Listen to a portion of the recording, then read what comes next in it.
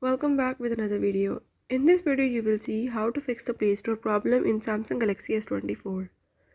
So if the Play Store is not working or you are unable to download any apps from the Play Store or you are having the sign in or the login issue, I will tell you how to fix it. Show you all the steps, you have to watch them and don't forget to subscribe. Now let's watch the video.